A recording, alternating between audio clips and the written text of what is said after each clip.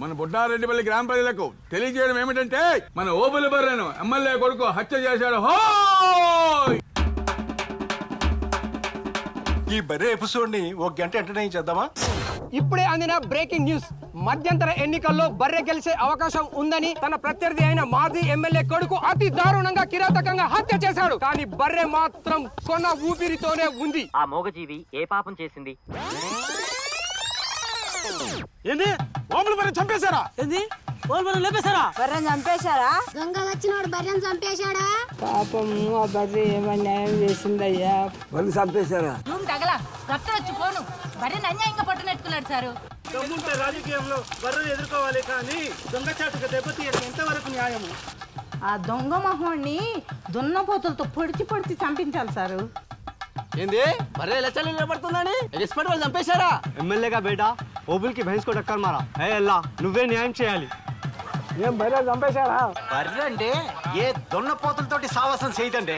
మీకు మూగజీవుల ప్రాణం విలువ తెలిసి మాట్లాడుతున్నారా తెలియక మాట్లాడుతున్నారా? రోడ్డు మీద మనుషులు పానాలు పోతేనే దిక్కులేదు, బర్రెని పట్టుకొని దానికోసం మీరు ఇంత రాతాంతం చేయడం ఏం బాగాలేదు. ఇది స్త్రీ జాతికి అవమానం. ఒక గోవు 100 మంది తల్లులతో సమానమంటారు పెద్దలు. ఒక పశువు గురించి ఇన్ని ఆలోచనలు చేసే బదులు న్యాయస్థానాల్లో మరుగున పడిన కేసులు ఎన్నో ఉన్నాయి. ధర్మ సంస్థాపనార్థాయ. ఒక నిమిషం, ఇప్పుడే అందుతున్న బ్రేకింగ్ న్యూస్. రాష్ట్ర ప్రజలంతా ఎంతో ఉత్కంఠగా ఎదురు చూస్తున్న ఈ దుర్ఘటనపై 2 రాష్ట్రాల ప్రధాన పార్టీలు అత్యవసర సమావేశం ఏర్పాటు చేశాయి. ఎవరు ఏమన్నా సరే మేము ఓటు వేసేది బర్రెకే. ఆ నాయలకు దిమ్మ జగిరాడు బర్రెకు ఓటేద్దాం రా.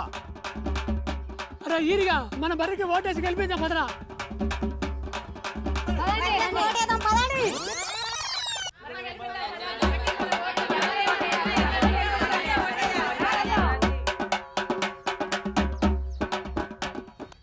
మంది ప్రజానీకానికి తెలియజేయడం ఏమనగా మన ఓబుల బర్రె 1,00,000 ఓట్ల పై చిలుకు మెజార్టీతో గెలిచిందో.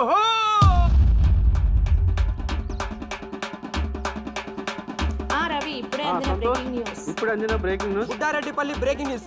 ప్రపంచంలోనే మొట్టమొదటిసారిగా ఒక మనిషి మీద మూగ ప్రాణి గెలిచింది. మనిషి కన్నా మోగజీవే గొప్పదని నిరూపించిన ప్రజలు.